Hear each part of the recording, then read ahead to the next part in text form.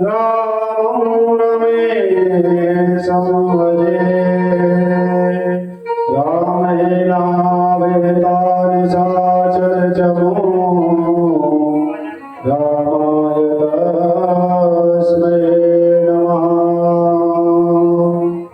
रामाय रामभद्राय रामचंद्राय वेदसे रघुनाथाय नाथाय सीताय पतये नमः। बोलिए भागवत महापुराण की जय। अकार करुणा वाले भक्तवांछा कल्पतरुधारी भगवान श्री बालकृष्ण जी वाणमयी मूर्ति श्रीमद् भागवत कथा में तृतीय दिवस दूसरे दिन में प्रवेश करने के पूर्व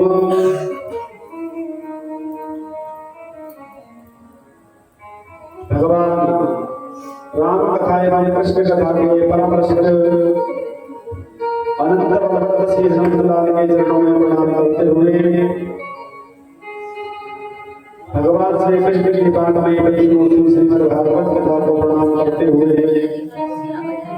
पूज्य गुरुदेव जी के चरणों में प्रणाम करते हुए श्रीमद् भागवत कथा में प्रवेश करने के पूर्व सभी खड़े करके कुछ क्षण भगवान का श्री बालकृष्ण भगवान के चरणों में प्रीति लगा करके मन को लगा करके कुछ क्षण भगवान का नाम संकीर्तन तत्पश्चात श्रीमद् भागवत कथा में प्रवेश किया।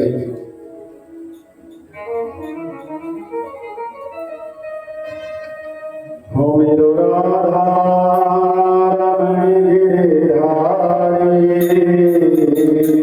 गिरधारी श्याम बनवारी मेरो राधा गिरधारी श्याम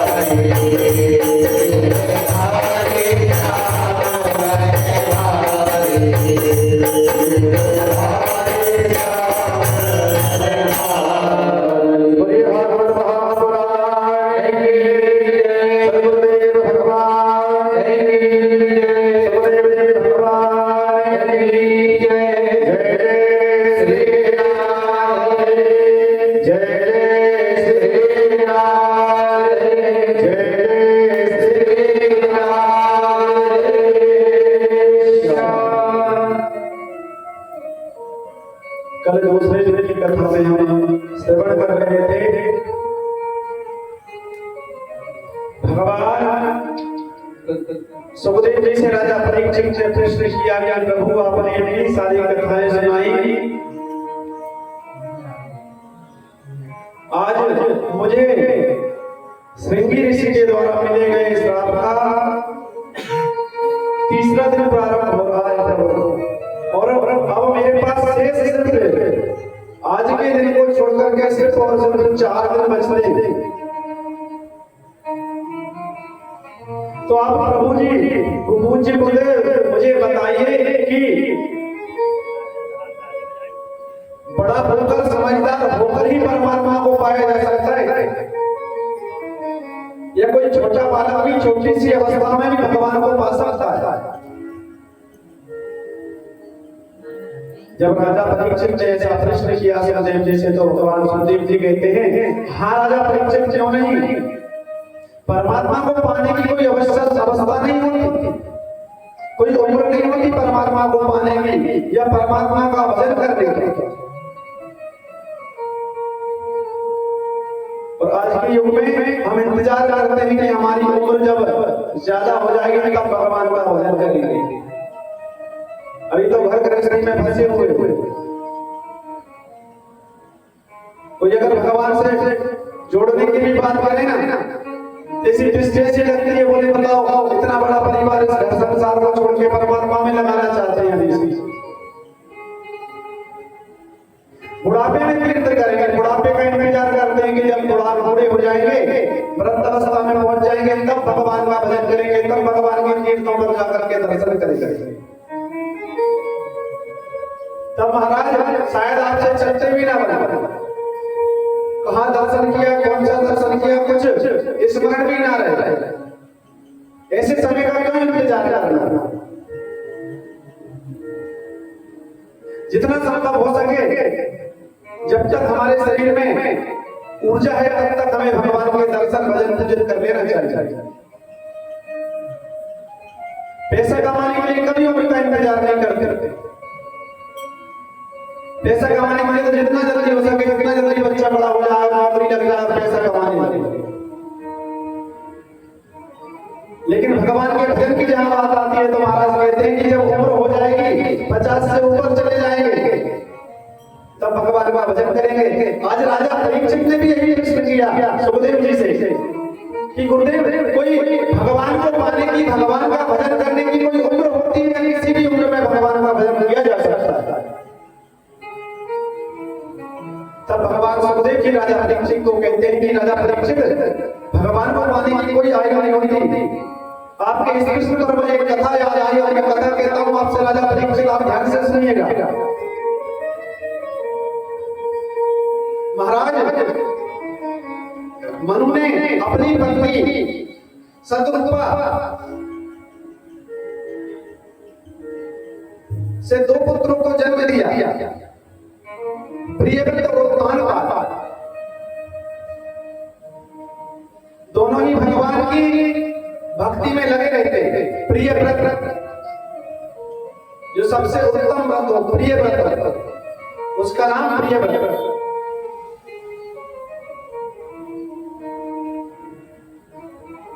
महाराज उत्तानपाद की 2 पत्नियां हैं, प्रियव्रत और उत्तानपाद 2 भाई हुए और इनकी दोनों भाई का जब विवाह हुए तो उत्तानपाद की 2 पत्नियां हैं, रुचि, सुरुचि और सुनीति। सुनीति मतलब अच्छे मार्ग पर चलाने वाली और सुरुचि मतलब अच्छा सोचने वाली।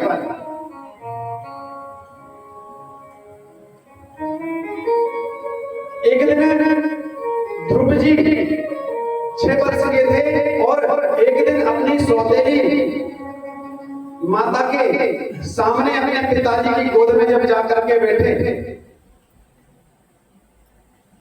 तो उनकी मां ने उनसे बस इतना कह दिया कि अगर तुम्हें इस पिता की गोद में बैठना है तो पहले मेरे गर्भ से जन्म लेना पड़ेगा। और महाराज ध्रुव जी को इतनी सी एक बात अपने मन में लग गई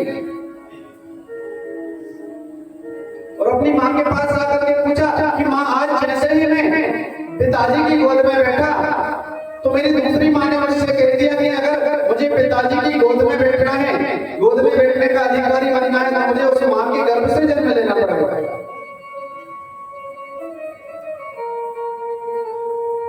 तब उनकी माँ ने कहा कि आप ऐसा करो, अगर यही सब चाहते हो तो आप भगवान का भजन करो।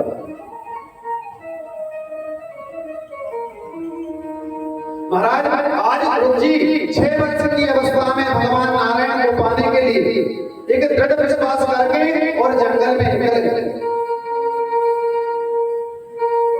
जंगल में भटक रहे हैं भगवान को ढूंढते हुए, तभी नारद जी को याद आया कि कोई छोटा सा बालक जंगल में नारायण को ढूंढने की इच्छा से भटक रहा है। तब नारद जी उस जंगल में पहुंचे और कहते हैं, अरे बालक, इस जंगल में भयावह जंगल है, कई प्रकार के इसमें हिंसक जीव रहते हैं और आप इस जंगल में इतनी छोटी सी अवस्था में क्यों घूम रहे हो?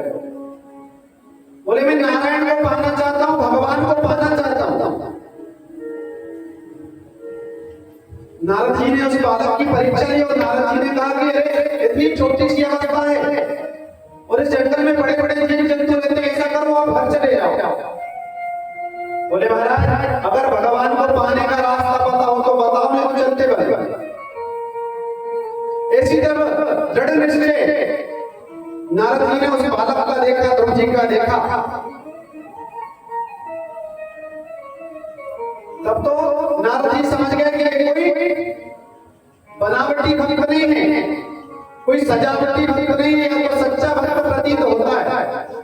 इसके मन में तो बड़ा दृढ़ निश्चय है कि इसको परमात्मा को पाना है।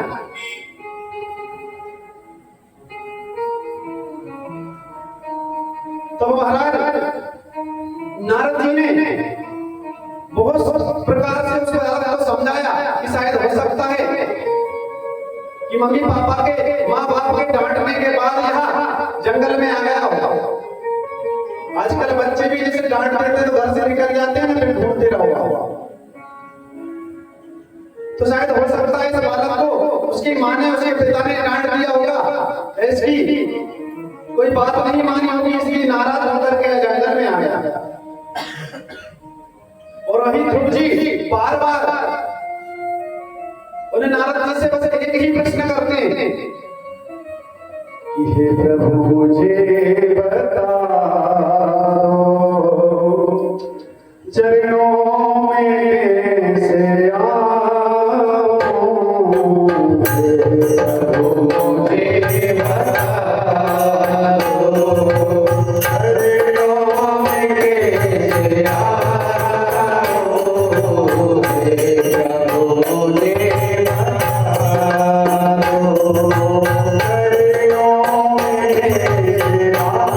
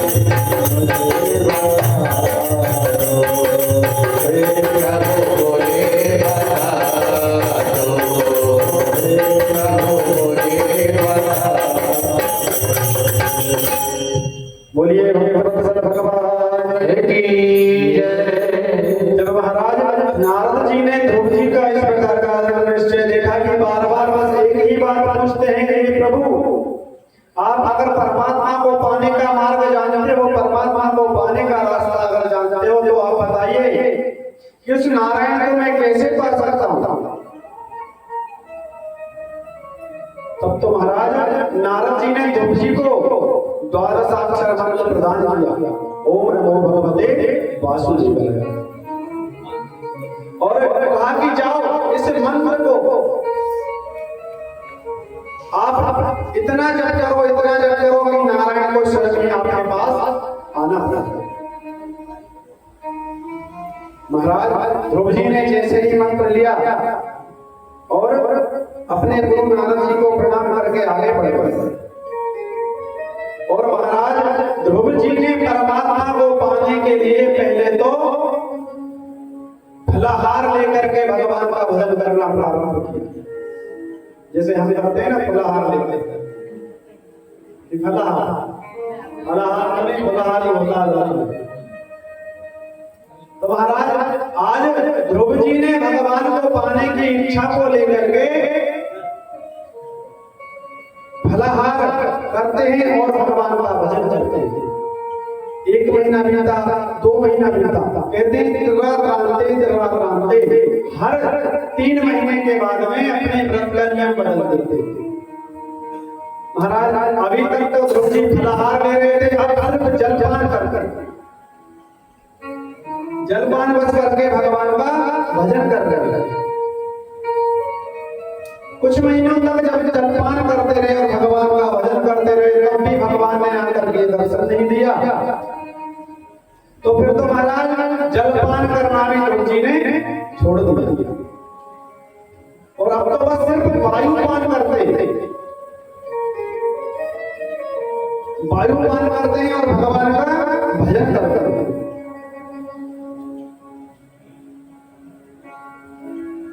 धीरे धीरे महाराज वायुपान करते करते भी जब नारायण ने उनको दर्शन दे दिया, तो महाराज ऐसा प्राणायाम चढ़ाया कि सांस लेना भी बंद करके और भजन करना प्रारंभ कर दिया। तब तो महाराज स्वयं नारायण का कंठ अवरुद्ध हो गया कि ऐसा कौन भक्त है जो इतनी कड़ी तपस्या कर रहा है। और महाराज आज नारायण को अपने विष्णु लोक को छोड़ करके उस छोटे से भक्त ध्रुव को दर्शन देने के लिए आना पड़ा। कहते हैं जब एक सच्चा गुरु हमारे जीवन में मिल जाता है ना, तो परमात्मा से अवश्य जोड़ देता है।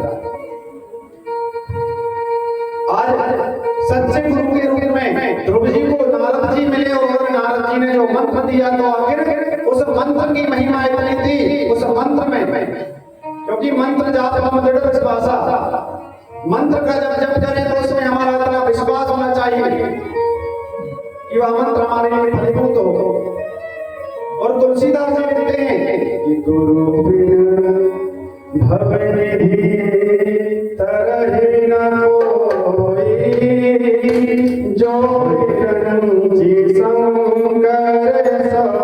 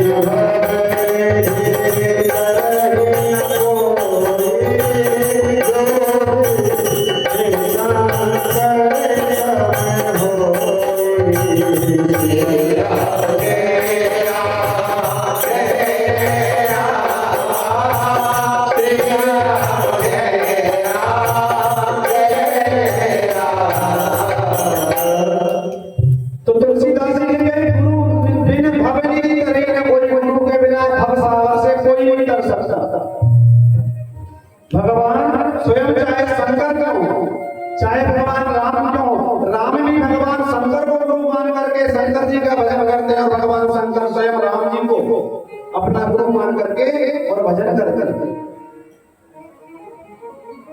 क्योंकि गुरु मंत्र की बड़ी महिमा बताई गई है महाराज। और गुरु इतनी आसानी से नहीं मिलते, पहले परीक्षा लेते हैं गुरु कि उस लायक शिष्य है कि नहीं, ये गुरु शिष्य की परंपरा को निभा लेगा कि नहीं। एक कथा याद आई कि एक शिष्य को मन में सूझी कि मैं गुरु बनाऊंगा। रोज गुरु जी के आश्रम में जाता और गुरु जी से कहता गुरु जी मुझे आप गुरु मंत्र दे दो। गुरु जी कहते हाँ दे देंगे, किसी दिन दे देंगे।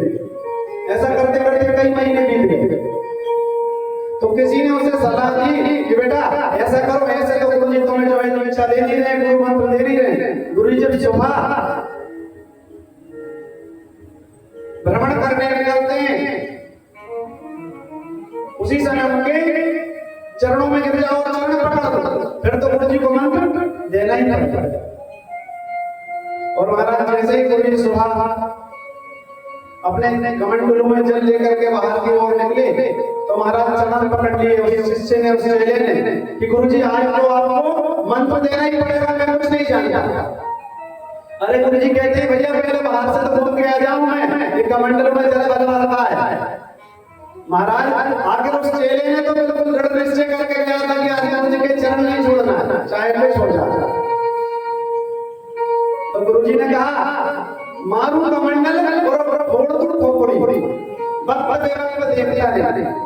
इतना तो गुरु जी ने कहा और उस शिष्य ने चरण छोड़ दिए, बोले गुरु जी ने गुरु मंत्र दे दिया। और महाराज जाकर के उसी गुरु मंत्र का कि मारू कमंडल और फोड़ दूं खोपड़ी, देखता नहीं। उनका तो कहना इतना था कि कमंडल से तेरी खोपड़ी फोड़ दूंगा, किसी भी वक्त आ जाता है मंत्र मांगना। और महाराज उस शिष्य ने जाकर के उस मंत्र का जब जप किया, तो पास के गांव में एक बड़े सिद्ध गुरुजी रहते थे, उनके पास हजारों की भीड़ लगा करती थी। अब जब उस शिष्य ने गुरु मंत्र का जप प्रारंभ किया कि महाराज जहां गुरु जी के पास हजारों की भीड़ लगने की, हजारों से धीरे धीरे करके एक भी नहीं जाने वाला, सब बंद हो गए और इसके पास में आना चालू हो गए। तब गुरु जी को पता चला कि कोई पड़ोस के गांव में कोई बड़े सिद्ध संत आए हैं कोई, और जो भीड़ हमारे पास आती थी, जो शिष्य हमारे पास आते थे, आज वही शिष्य उसके पास जाने लगे। भाई चले हम जाकर के देखेंगे, और ये गुरु कोई और नहीं, ये वही गुरु हैं जिनसे इसने दीक्षा ली थी। जब उसके गुरु जी उस दरबार में पहुंचे और देखते हैं, तो वह शिष्य ने तुरंत अपने गुरु को पहचान लिया और तुरंत अपनी ऊंची सिंहासन से उतर के गुरु के चरणों में गिर गया। और गुरु जी कहते हैं भाई भाई कौन हो आप, और आपको तो दुनिया पूछ रही, आप हमारे चरणों में क्यों? तो कहने लगा गुरु जी अगर आज मुझे इतने लोग पूछ रहे हैं ना, तो ये आपकी ही कृपा है। अगर आप उस दिन मंत्र नहीं देते तो आज मुझे कोई नहीं पूछता। बोले अरे अरे आदमी मैंने कब तुझे गुरु मंत्र दे दिया? अरे बोले उस दिन सुबह आप घूमने जा रहे थे, बाहर कमंडल में चले लेकर उस दिन आपने मंत्र दिया। तो बोले बता तो सही कौन सा मंत्र दिया? तो उसने वही वही को दोहरा दिया कि मारू कमंडल फोड़ दूं खोपड़ी, बप देखता नहीं। तो महाराज गुरु के मुख से तो जो मंत्र निकल जाए वही अगर सही से जप कर लिया जाए तो उसी की महिमा आनंद है। आज कैसे ये गुरु ध्रुव जी को मिले और ध्रुव जी ने आकर नारायण से मिला, ध्रुव जी को आखिर नारद जी ने नारायण से मिला दिया। ऐसे छोटी सी उम्र में पाने वाले ध्रुव जी ने भगवान को छोटी सी अवस्था में पा लिया, तो भगवान को पाने की कोई उम्र नहीं होती, बुढ़ापे का इंतजार नहीं करना भगवान का ढूंढने के लिए। तब महाराज ध्रुव जी ने शिशुकुमार प्रजापति की पुत्री भ्रमी के साथ विवाह किया और उससे कल्पांतर में 2 पुत्र हुए। तो एक का नाम तो कल्प रखा और दूसरे का नाम वत्सल रखा। ध्रुव जी की भी यहाँ पर 2 पत्नी है, दूसरी पत्नी बाजू की पुत्री इला, उनके नाम उनके गर्भ से उत्पल नाम का एक पुत्र हुआ और एक कन्या पैदा हुआ।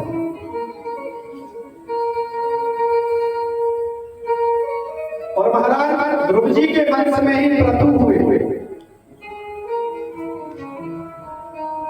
और महाराज ये इतने दानी थे इन्हें प्रथम ने इतना दान दिया कि भगवान को स्वयं इनके घर आना पड़ा। इसलिए हमें भी दान करने के लिए कभी सोचना नहीं चाहिए।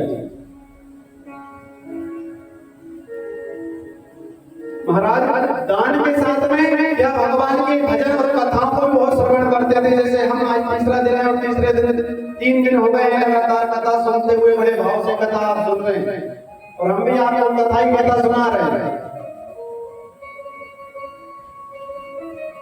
बाहर के प्रपंचों को छोड़ करके आपको सिर्फ सार ही सार दे रहे हैं। ये तो लोगों की डिमांड में ऐसी होती है कि कोई ऐसा चटक मटक वाला भजन गा दो जिसमें हम टड़टड़ाता हुआ बढ़िया नृत्य करके। कल से जब आनंद जन में लेंगे ना भगवान कृष्ण तब वो भी समय आएगा। लेकिन अभी कथा का सार सुनते जाओ। तो राजा प्रद्युम्न भगवान की भक्ति में लगे रहे और बहुत सारी कथाओं को श्रवण करके इन्होंने भी भगवान का वैकुंठ धाम पाया। क्योंकि ये भगवान ने जो 2 गान दिए हैं ना, किसी की बुराई सुनने के लिए नहीं दी, लेकिन सबसे ज्यादा उसी में काम आ रहे हैं। ये जो मुख दिया है ना, ये भगवान का भजन करने के लिए दिया है। लेकिन महाराज अगर मुख का हमारा सबसे ज्यादा बुराई करने के लिए काम आ रहा है।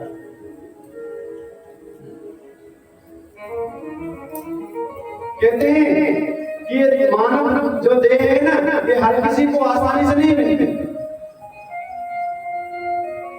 बड़ी मुश्किल से यह नरक में मिलता है। तुलसीदास जी लिख कर गए हैं कि जिन हरि कथा सुन ही नहीं माना, श्रवण रंग अहि भवन समाना। जिन्होंने कभी अपने कानों से भगवान की कथा को नहीं सुना ना, वो सिर्फ एक जो मिट्टी का मकान होता है ना, उसके समान है उसका शरीर, उसके कान उसके समान है। कभी भगवान के भजन नहीं किए, कभी भगवान की कथा नहीं सुनी। लेकिन अगर उस परमात्मा से कोई जोड़ने वाला है तो वह संत है, कोई गुरु है जो आपको परमात्मा से जोड़ दे। क्योंकि संतों का संत हृदय नवनीत समाना, संतों का हृदय जो होता है बड़ा निर्मल होता है, बड़ा निर्मल होता है। एक नदी के किनारे संत बैठे हुए थे और उन्होंने देखा कि एक बिच्छू जो है ना, बिच्छू बह के पानी में जा रहा है। तो उन्होंने सोचा ये बह जाएगा, कहीं मर जाएगा, तो इसको भी निकाल करके बाहर कर। जैसे ही महात्मा ने उन साधु ने वो बिच्छू को निकालने की कोशिश करी, तुरंत बिच्छू ने उनको डंक मार दिया। कोई सज्जन के लिए तो कहते हैं कि अरे महात्मा आप देख रहे हैं कि बिच्छू आपको बार-बार डंक मार रहा है, फिर भी आप उसको बचाने का प्रयास कर रहे हैं। उन संत ने बड़ा सुंदर उस सज्जन को जवाब दिया, बोले कि उस बिच्छू का स्वभाव है डंक मारना। जब वो उसका स्वभाव नहीं छोड़ सकता तो मेरा स्वभाव क्यों छोड़ दो। संतों का तो काम है डूबते को बचाना और बिच्छू का काम है डंक मारना। जब वो अपना स्वभाव नहीं छोड़ पा रहा है तो मैं अपना स्वभाव कैसे छोड़ूं। ऐसे महाराज संतों का मिलना, ऐसे गुरुदेव का मिलना बड़े सौभाग्य की बात होती थी। तब फिर राजा परीक्षित ने सुखदेव जी से प्रश्न किया कि महाराज ऐसे भी कोई भक्त की आप मुझे कथा बताइए जो जीव और परमात्मा के बीच में जन्म लिया हो। तब सुखदेव जी कहते हैं, हाँ राजा परीक्षित आपको बहुत अच्छी कथा श्रवण कराते हैं। 2 मित्र हैं, पुरंजन और अविद्या।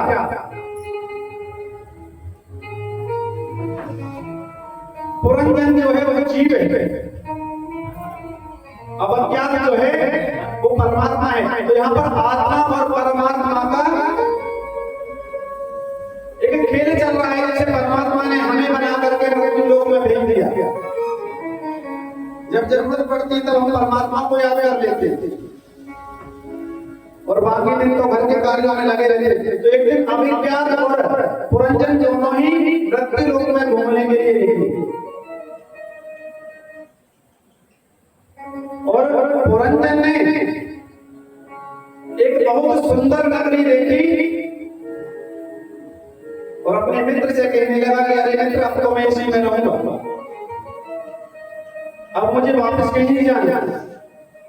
अभिज्ञात परमात्मा है, उस जीवात्मा पुरंजन को उसी नगर में छोड़ करके अपने धाम को चले जाए। जैसे हमारा मोह हो गया ना, हम ही वही पुरंजन हैं जो इस शरीर में आए और आने के बाद इस नगर में ऐसा मन लग गया कि महाराज अब जाने की, छोड़ने की इच्छा नहीं। अटल सत्य है तो मृत्यु, और वही नहीं दिखाई देती, उसी को मानते नहीं, उसके साथ में सत्य मानने को हम तैयार नहीं। जब पुरंजन का इस नश्वर शरीर में मन लग गया तो महाराज पुरंजन ने एक बढ़िया सुंदर सी स्त्री देखी और उससे शादी कर। अब महाराज उस सुंदर सी स्त्री से शादी की करने के बाद मैं उससे इतना प्रेम करने लगा पुरंजन की महाराज, उसकी पुरंजन की पत्नी पुरंजनी अगर कह दे कि बढ़िया कथा चल रही है, बढ़िया भजन हो रहे हैं, थोड़ा खड़ा होकर के नाच लिया जाए, तो महाराज पुरंजन नाचने लगे।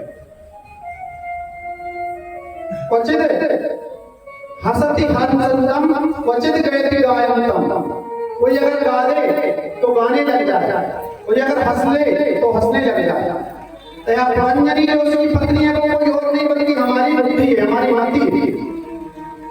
अब महाराज हमारी मति भी ऐसी, मन हुआ तो थोड़ी देर भजन कर लिया, मन हुआ तो थोड़ी देर कथा में नाच लिए, और कहीं मन हुआ तो मुक्त होकर के एक कोने में जा करके बैठे। अब बहुत दिन बाद जब उसका मित्र अभिज्ञात जो परमात्मा के स्वरूप आया था, उसने देखा कि बहुत दिन हो गए, आज मैं जाकर के तो देखूं मेरा मित्र पुरंजन कहाँ है और कैसी अवस्था में है। तब जाकर के उस परमात्मा स्वरूप अभिज्ञात ने देखा कि पुरंजन तो वो स्त्री के साथ में, उसकी मृत्यु हो गई स्त्री के, उसके साथ में मरने को तैयार है, उस चिता पर बैठ करके वह भी स्वयं जल जाना चाहता है। तब पुरंजन को अभिज्ञात ने याद लगाई कि अरे ओ पुरंजन, अरे भैया कहाँ जल करके मरने जा रहे हो। तब पुरंजन को याद आया कि अरे बताओ, मैं इस संसार में आया और जिस परमात्मा ने अभिज्ञात नाम रूपी परमात्मा ने मुझे भेजा, आज मैं उसे भूल करके उस मति पुरंजनी के साथ में अपने आप को समाप्त करने वाला था। तो वैसे ही हम जनमानस भी अपनी बुद्धि के अनुरूप चलते थे।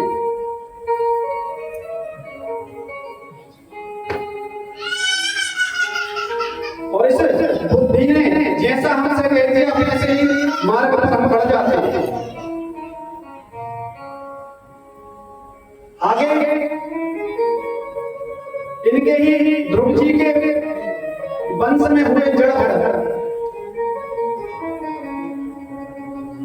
भरत, इन्हीं के नाम से इस देश का नाम भरत जी के नाम से भरत पड़ा।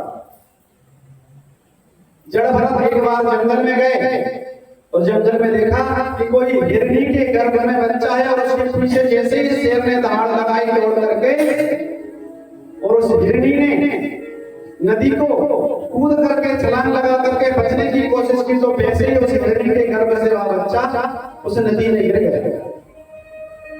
और वह हिरनी ने तुरंत अपने प्राणों को छोड़ दिया, प्राणों को त्याग दिया। तब इन जड़ भरत ने देखा कि छोटा सा मासूम सा बच्चा है, इसे मैं अपने आश्रम में ले चलता हूं।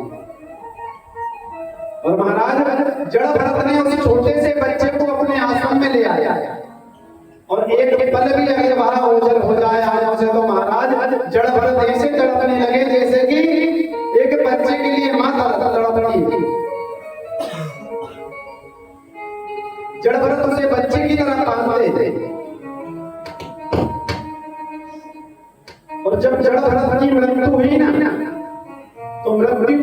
भी उनके मन में ऐसा ही स्मरण बना रहा कि मेरे छोटे से जिसे मैंने बच्चे की तरह पाला उस हिरण का क्या होगा। और मरते मरते कहते अंते जामती सागती, मरते समय जैसी हमारी मति होगी वैसे ही हमारी मति होगी। तब जड़ भरत ने अगले जन्म में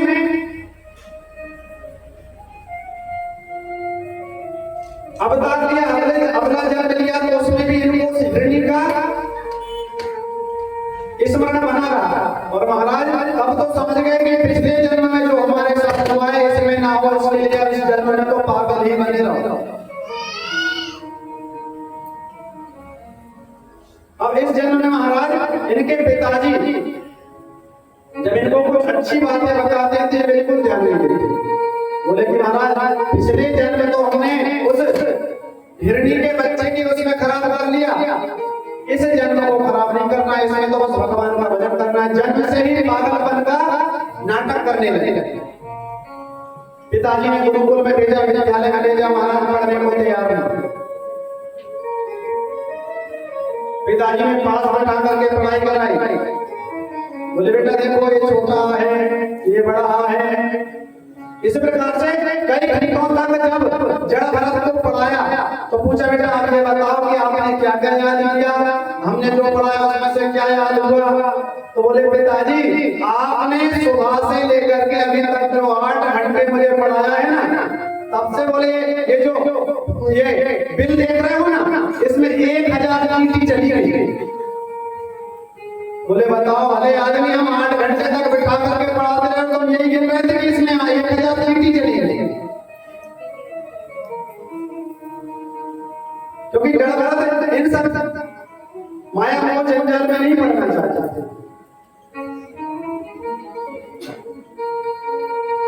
एक दिन जड़ भरत जंगल की ओर निकले तो राहुगण उसके सेवक उसकी पालकी लेकर के जा रहे थे और उस राहुगण को नर बलि देना था।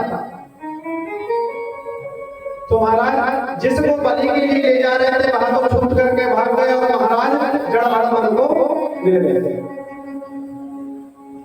बोले इसे ही पकड़ लो, इसकी ही बलि दे देंगे। तो बोले बलि तो बाद में देंगे, पहले ऐसा करो कि एक हमारा सेवक कमजोर है थोड़ा, पालकी को सही से लेकर के चल नहीं पा रहा, तो ऐसा करो तब तक इसे पालकी में लगा। और पालकी में लगाया तो महाराज जड़ भरत जैसे ही कोई छोटा जीव आता है, छोटी सी चींटी आती है तो तुरंत छलांग लगा करके आगे आगे जाता है। और राहुगण के पालकी के हिलने के कारण राहुगण को क्रोध आया और कहता है सेवकों से, अरे कैसा सेवक आपने पकड़ लिया जो है बार बार ना छलांग लगाता है।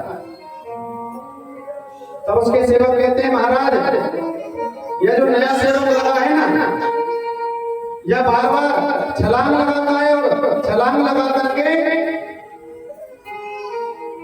जब कूद जाता है तो आपकी पालकी हिल जाती है। तब राहुगण ने कहा कि यह कोई काम का नहीं है, इसकी बलि के शक्ति से छोड़ दो, पागल प्रतीत होता है। महाराज जड़ भरत को छोड़ दिया और जड़ भरत ने कई वर्षों तक भगवान का भजन किया। आगे राजा परीक्षित ने सुखदेव जी से फिर प्रश्न किया कि हे गुरुदेव आप मुझे उन नरकों का वर्णन बताइए कि व्यक्ति कौन सा पाप करता है तो कौन से नरक में जाता है।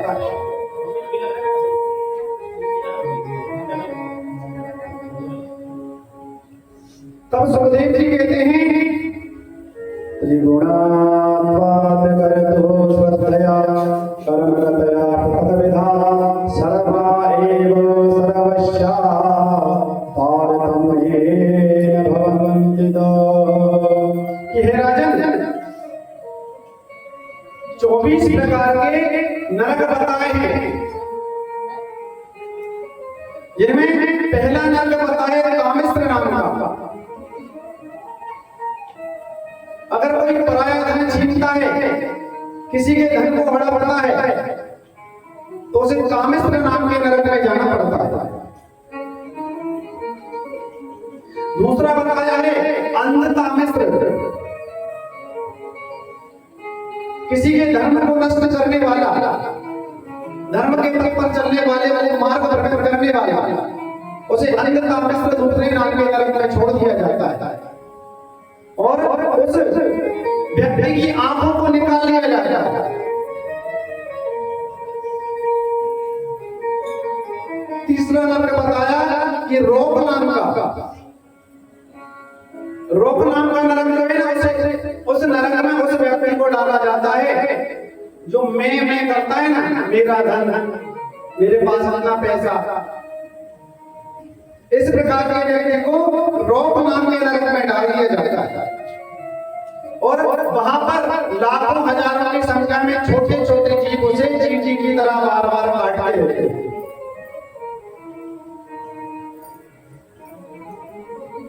चौथा महारोग नाम का नरक बताया कि अपने ही शरीर का पोषण करने वालों को इस नरक में कीड़े मकोड़े खाते हैं।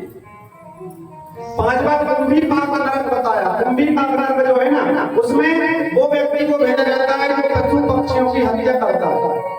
अब महाराज शाम को उनका भोजन हो रहा है आजकल, ऐसे लोगों को ना कुंभी पाक नरक में जाना पड़ता है और जिन जीवों की हत्या करते हैं ना, वही जीव तो कुंभी पाक नरक में उसे अपनी चोंच से खींच के बहुत सारी यातनाएं देते हैं। छठवां नरक बताया कालसूत्र नामक, इस नरक में पिता और ब्राह्मणों से द्रोह करने वाला, जो अपने पिता का सम्मान नहीं करता, पिता से द्रोह रखता है, ब्राह्मणों का सम्मान नहीं करता, उसे 1000 योजन चौड़े गोले में अग्नि में डाल दिया जाता है। और 7वां वसी पत्र, जहां पर पाखंडी टाइप के, पाखंडी की तरह भजन नहीं करते, भगवान का भजन नहीं मन है, उसके बाद भी दिखावा ऐसा करते कि हमसे बड़ा कोई भक्त नहीं होगा, ऐसे लोगों को असी पत्र नरक में डाल दिया जाता है। और ऐसे 24 प्रकार के अलग अलग नरकों का वर्णन सुखदेव जी ने राजा परीक्षित को बताया कि महाराज मदिरा पान करने वालों को लोहा गर्म करके पिलाया जाता है, श्रेष्ठ बनने वालों को उल्टा लटका दिया जाता है, जो कहता है मैं सर्वश्रेष्ठ हूं, उसे उल्टा लटका दिया जाता है। और जो पशु पक्षियों को पकड़ के पिंजरे में भूखा प्यासा रखते हैं ना, उन्हें भी सूल प्रेत नाम के नरक में डाल करके वहां भूखा प्यासा तड़पाया जाता है। अपने घर में भी रखे होंगे तोते से देव और क्या चिड़िया नए प्रकार के रखते हैं लोग, तो नहीं रखना चाहिए, उसे सूल प्रेत नामक नरक में डाल दिया जाता है। जैसे पशु पक्षी भूखे हैं उसी प्रकार उसे भी वहां भूखा रख करके तड़पाया जाता है। तो ऐसे नरक में हम ही ना पहुंचे तो उसके लिए क्या बोलना पड़ेगा? राधे राधे। श्री कृष्ण गोविंद हरे मुरारी, हे नाथ नारायण वासुदेवा। श्री कृष्ण गोविंद हरे मुरारी, हे नाथ नारायण वासुदेवा।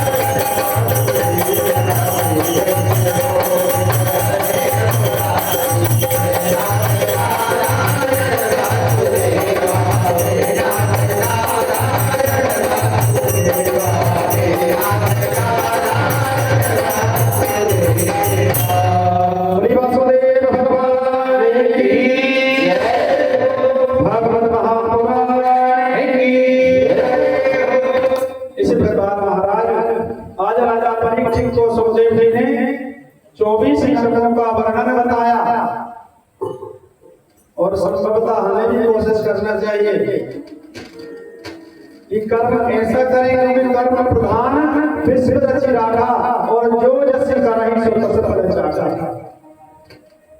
हमसे भी जाने अनजाने में कोशिश करते हुए कोशिश ये होनी चाहिए कि किसी भी प्रकार से किसी जीव की हत्या ना हो, किसी पशु की हत्या ना हो, किसी गुरु का किसी संत का अपमान ना हो। क्योंकि कहते हैं ना, बड़े भाग तब जाने जब चलने आवे संत। घर में संत आ जाए, गुरु आ जाए तो बनावटी सेवा दिखावटी सेवा ना करें, बल्कि सेवक, उस सेवा का फल आपको एक दिन अवश्य मिलेगा। आपने अगर भाव से सेवा की है तो उस सेवा का फल अवश्य मिलेगा।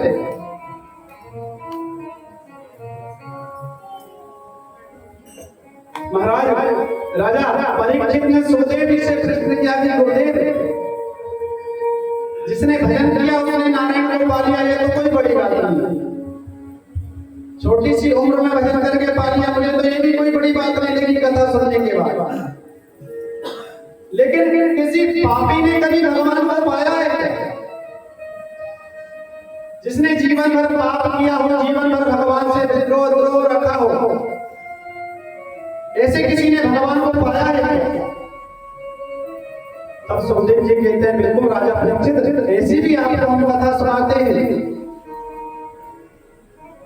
जिसने जीवन भर नारायण को गाली दी, ऐसे भी एक दुराचारी ने भगवान से विद्रोह रखने वाले ने भी भगवान नारायण को पा लिया। तो बोले कैसे पा लिया? तब भगवान सुखदेव जी कहते हैं एक अजामिल नाम का राजा हुआ जिसने कभी भगवान का भजन नहीं किया। अगर नारायण को दिन भर में 1000 गाली ना दे तो भोजन ही ना पचे। रोज नारायण को गाली देता है और उस अजामिल की पत्नी उसको हमेशा समझाती है कि आप नारायण से द्रोह क्यों रखते हो? जिसे नारायण के चरण पकड़ने से अच्छे अच्छे दुराचारी पापी भी तर गए, आप उसी नारायण को प्रतिदिन गाली क्यों देते थे? अजामिल ने लेकिन अपनी पत्नी की एक नहीं मानी। उसकी पत्नी बड़े अच्छे स्वभाव की है, भक्ति भाव वाली, भगवान का भजन करती है। और जो भगवान का भजन करता है तो भगवान से कहीं ना कहीं से ऐसा मार्ग जरूर दिखा देता है कि उसके सारे भजन बन जाते हैं। एक दिन राजा अजामिल घर में बैठे हुए थे, पत्नी से कुछ वार्तालाप कर रही थी। उसी समय कुछ संत आ गए और राजा अजामिल ने तो कोशिश करी कि संतों को घर से भगा दूं, क्योंकि ना तो कभी संतों की सेवा करता है और ना ही परमात्मा का भजन करता है। बल्कि 1000 बार रोज भगवान नारायण को गाली देता है। जब अजामिल के घर संतों का आना हुआ तो उसकी पत्नी बड़े अच्छे स्वभाव की थी। उसने तुरंत संतों को बुलाया, बिठा करके उनकी सेवा की, चरण धुलाए और भोजन प्रसादी कराई। अजामिल ने बहुत मन किया कि इन संतों को क्यों बुला लिया। उसकी पत्नी ने समझाया और कहा कि इन साधु संतों की सेवा ही हमारे काम आने वाली है। जब संतों को भोजन कराया और संत जाने लगे तो संत अगर आपके यहाँ से कुछ दक्षिणा लेकर के जाते हैं, भोजन करके जाते हैं, तो खाली हाथ नहीं जाते हैं, कुछ न कुछ आशीर्वाद आपको जरूर लेकर जाते हैं। और जितना आपने उनको दिया है ना, उससे कई गुना बढ़ करके आपको उनको आशीर्वाद प्राप्त होता है।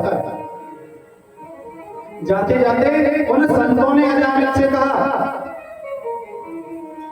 कि देखो, हमने आपको कई प्रकार से समझा भी दिया कि आप नारायण को गाली ना दो, लेकिन आप नहीं माने। लेकिन आपने हमारी सेवा की, आपने तो नहीं की, आपकी पत्नी ने ही सेवा की, लेकिन आपके घर का हमने अन्न खाया है और इसके बदले हम आपको आशीर्वाद कह दें या निवेदन कह दें कि जब भी आपके यहाँ पुत्र हो ना, उसका नाम नारायण रख देना।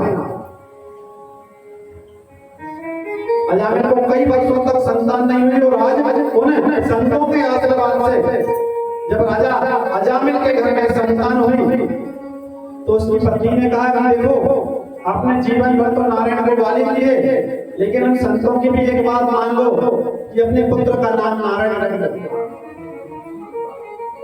तब उस अजामिल ने अपने पुत्र का नाम नारायण रख दिया। तब तो महाराज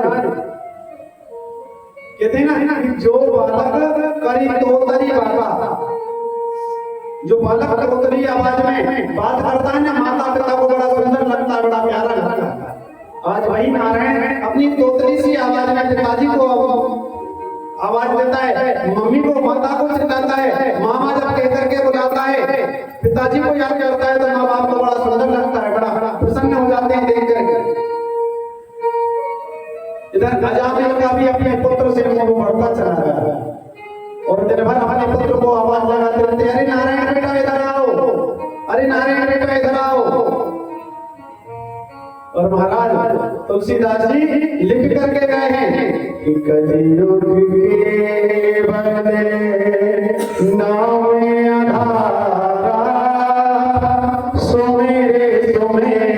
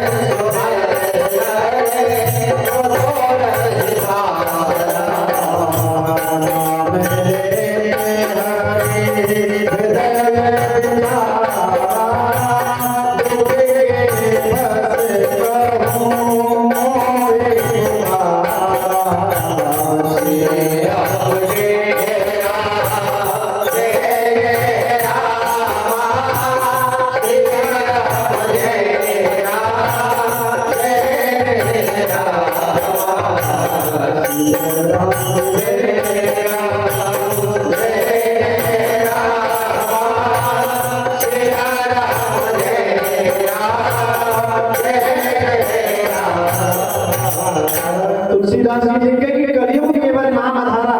आज जो नारायण प्रतिदिन भगवान को हजारों गाली देता था, आज सिर्फ वो भगवान से भाव लगा करके नारायण को याद नहीं करता, बल्कि अपने पुत्र का नाम ही नारायण रख करके उसे दिन भर याद करता रहता है।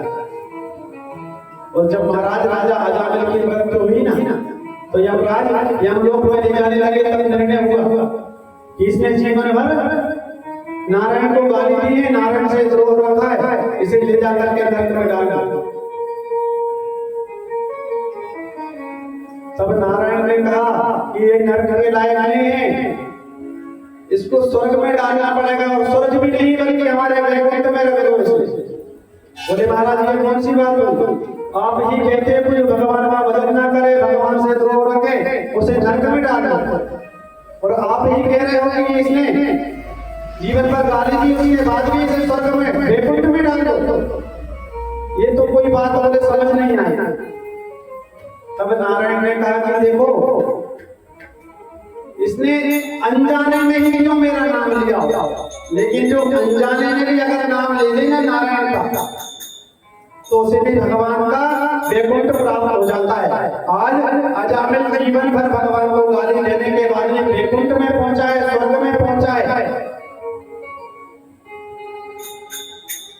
लेकिन ये भगवान का नाम मुख पे आना भी बहुत मुश्किल बात है।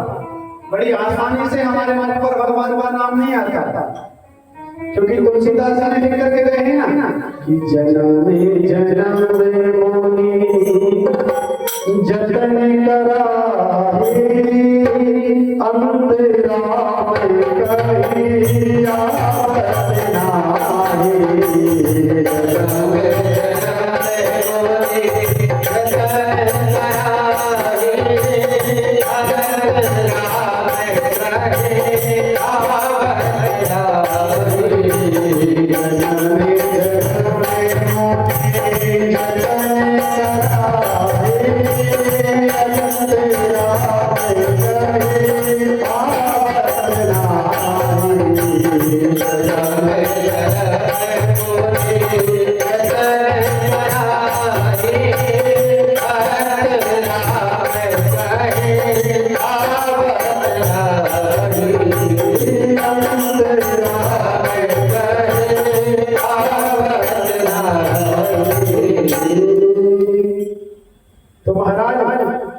जन्म जन्म जतन करने के बाद भी भगवान का भजन, भगवान का नाम मुख से नहीं आता।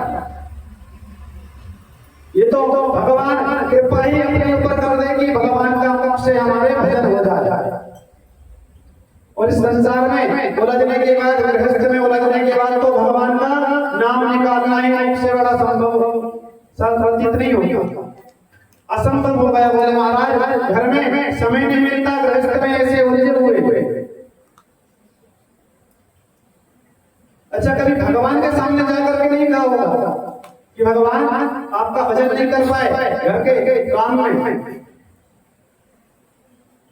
या हमसे कभी नहीं कहा होगा कि मुझे भगवान का भजन करना है, थोड़ी देर से काम करना। भगवान के भजन किया है तो हजार बहाने तैयार है। इस नश्वर शरीर को ही हमने सब कुछ मान लिया है। और जबकि ये जो जन्म मिला है ना, एक एक आती और जाती सांस हर पल हमारे जीवन को कम कर रही है। तो एक एक आती और जाती सांस से हमें भगवान का भजन, भगवान का नाम लेते रहना चाहिए। चलते फिरते घूमते जैसे भी संभव हो ना लेना चाहिए, क्योंकि ये एक किराए का मकान मिला है और जितने समय का एग्रीमेंट है ना उतने समय रहना और छोड़ करके चले जाना।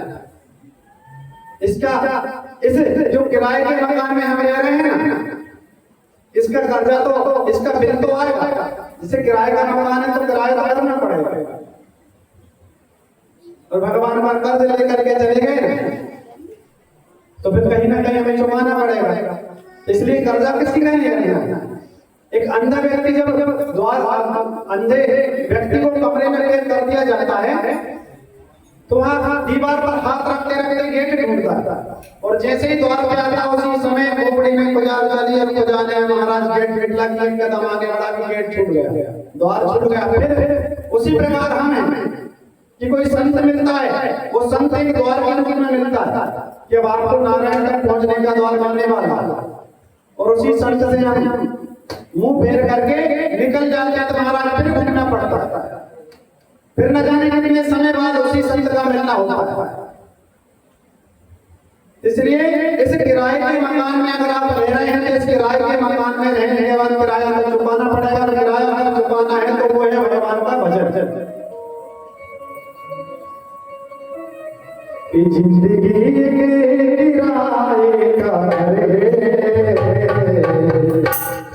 किराए का एक दिन बदलना पड़ेगा।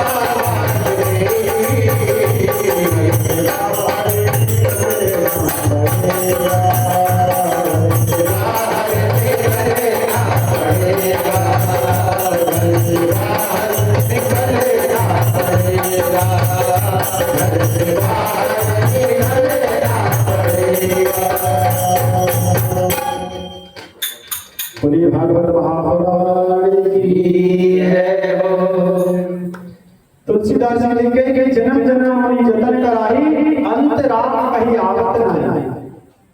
कितने ही जतन करने के बाद भी भगवान से प्रीति लग जाना, भगवान के चरणों में मन लग जाना बहुत मुश्किल है। और जिसका भगवान के चरणों में मन लग जाए ना महाराज, तो उसे परम गति पाने से कोई नहीं रोक सकता। आज राजा परीक्षित भी सुखदेव जी से कथाएं श्रवण कर रहे हैं और सुखदेव जी से प्रश्न करते हैं, गुरुदेव आप मुझे ये बताइए कि कोई ब्राह्मण कुल में जन्म ले ले, कोई अच्छे कुल में जन्म ले ले, उसको तो परमात्मा मिल जाए, लेकिन अगर कोई दैत्यों के कुल में जन्म लिया हो तो उसे परमात्मा मिलेगी नहीं मिलेगा?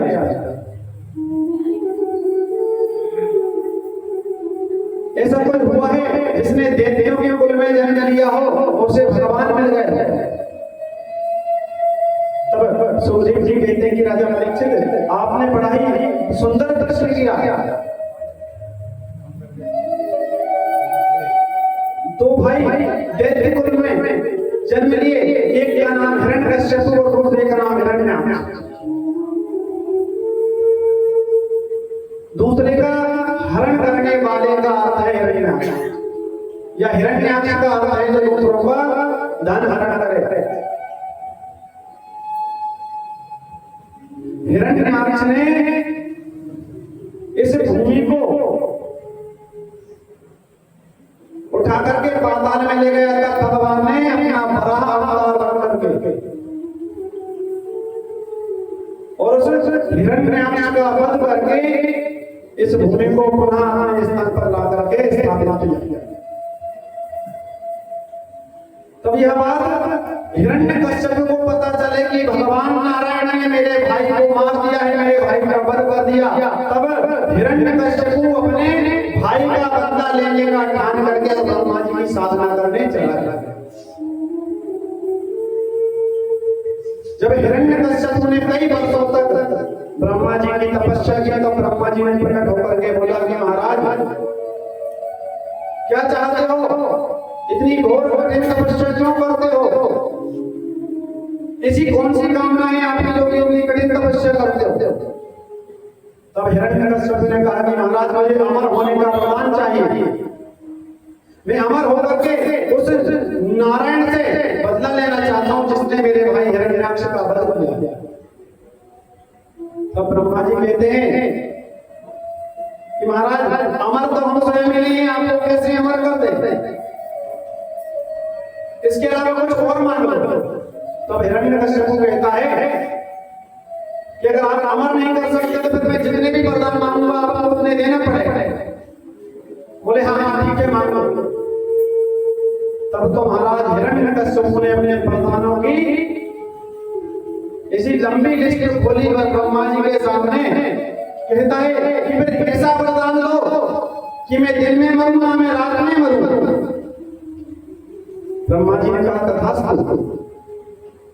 हिरण्यकश्यप ने कहा तो ऐसा वरदान दो कि मैं ना भीतर मरूंगा ना मैं बाहर मरूंगा। ब्रह्मा जी ने कहा तथास्तु।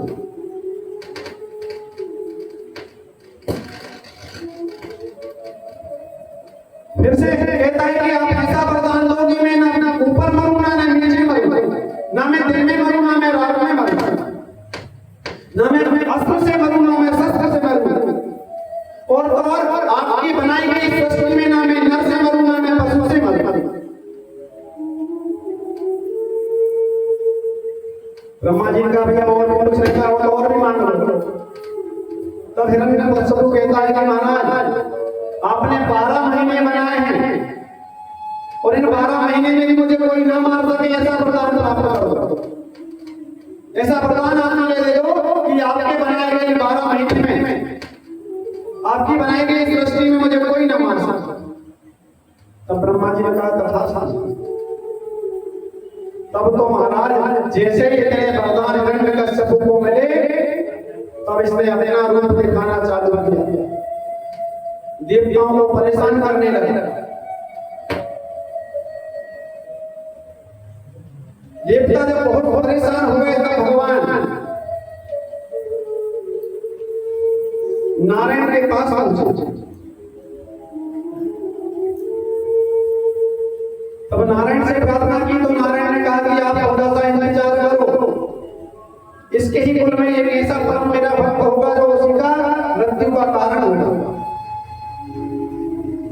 और उस भक्त की जब मैं रक्षा करने आऊंगा तब मैं हिरण्यकश्यप को अवश्य वध करूंगा।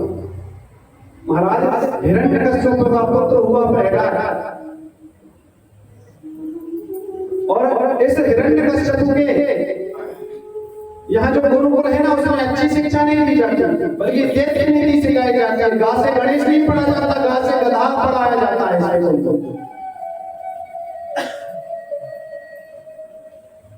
प्रहलाद बड़े हुए और प्रहलाद को हिरण्यकश्यप ने अपने देव नीति सिखाने वाले गुरुकुल में डाल दिया, और इनके गुरु में संडा मारा। इनको देव नीति पढ़ाते हैं कि भगवान का कभी भजन नहीं करना है, भगवान की कभी पूजा नहीं करना है, साधु संतों की सेवा नहीं करना है। और महाराज जैसे ही संडा मार्ग जी से गा करके जाते हैं और गुरु के जाने के बाद में प्रहलाद भगवान का भजन करना चालू कर देता है, क्योंकि ये तो सीखे सिखाए आए हैं, सिखाने की कोई जरूरत नहीं। एक दिन हिरण्यकश्यप को याद आई कि बहुत दिन हो गए मेरे पुत्र प्रहलाद को गुरुकुल में छोड़ के जाकर के मिलकर तो आऊं और मैं देखूं तो आगे इसने कौन कौन सी विद्या ग्रहण कर ली है। तो हिरण्यकश्यप गुरुकुल में पहुंच गए और आवाज लगाई कि अरे बेटा प्रहलाद। प्रहलाद ने आवाज सुनी तो तुरंत दौड़ते हुए अपने पिताजी के पास आ गए। बेटा बताओ आपने कौन कौन सी शिक्षा ग्रहण की है, आपके गुरुजी ने क्या क्या सिखा दिया, हम भी तो देखें। तो महाराज आज हिरण्यकश्यप को प्रहलाद जी ने नवधा भक्ति सुनाया, और नवधा भक्ति कैसी सुनाई कि गुरुजी इस संसार में कोई किसी का नहीं होता। बोले बेटा और तो बोले इस संसार में कोई किसी का नहीं होता। तो बोले फिर आगे क्या करना चाहिए? तो बोले ऐसा करना चाहिए कि प्रथम भक्ति संतन करे संगा, दूसरी भक्ति माने संगा,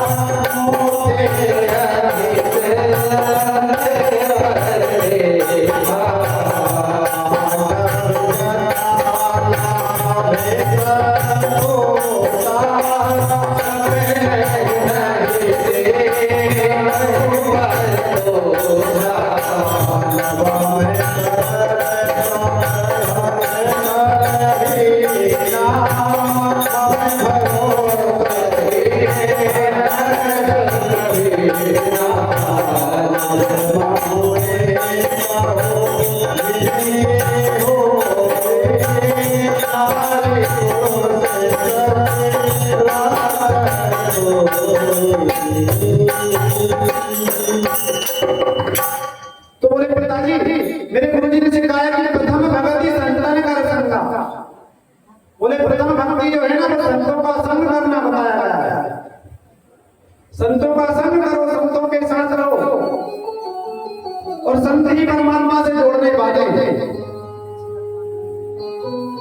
इतना तो सुना महाराज, और हिरण्यकशिपु का क्रोध में एकदम मुख लाल हो गया।